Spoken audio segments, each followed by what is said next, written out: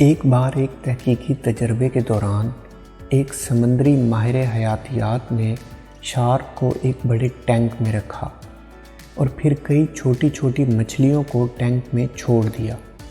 جیسا کہ آپ کو توقع ہوگی، شارک تیزی سے ٹینک کے گرد تیرتی گئی، حملہ کیا اور چھوٹی مچھلیاں کھاتی گئی۔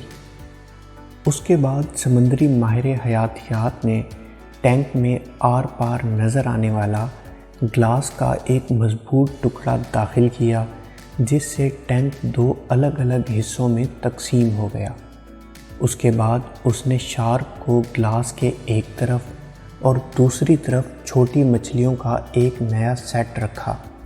ایک بار پھر شارک نے جلدی سے حملہ کیا، تاہم اس بار شارک گلاس ڈیوائیڈر میں لگی اور اچھل کر پیچھے جا پڑی۔ شارک ہر چند منٹ میں اس طرز عمل کو دہراتی رہی، لیکن ہر بار یہی نتیجہ نکلتا کہ وہ گلاس سے ٹکراتی اور اچھل کر پیچھے جا پڑتی۔ اسی دوران دوسرے حصے میں چھوٹی مچھلیاں بغیر کسی نقصان کے ادھر ادھر گھومتی رہیں۔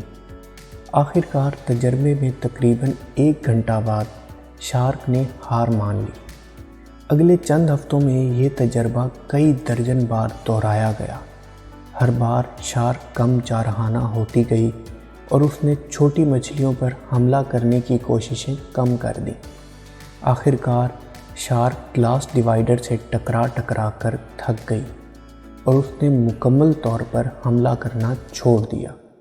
اس کے بعد سمندری ماہر حیاتیات نے گلاس ڈیوائیڈر کو ہٹا دیا، لیکن اب شارک نے حملہ نہیں کیا، کیونکہ شارک کو یہ یقین ہو گیا تھا کہ اس کے اور چھوٹی مچھلیوں کے مابین کوئی رکاوٹ موجود ہے، لہٰذا چھوٹی مچھلیاں اب جہاں بھی چاہیں کسی بھی نقصان سے پاک آرام سے گھوم سکتی تھیں۔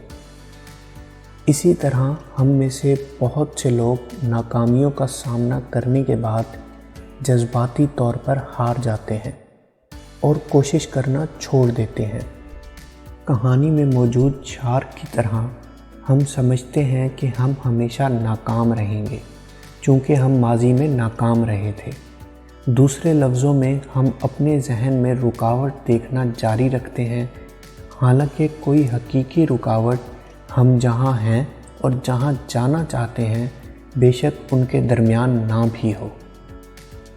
ویڈیو پسند آئی ہو تو لائک کیجئے اور مزید ایسی ویڈیوز کے لیے ہمارے چینل کو سبسکرائب کریں۔ شکریہ۔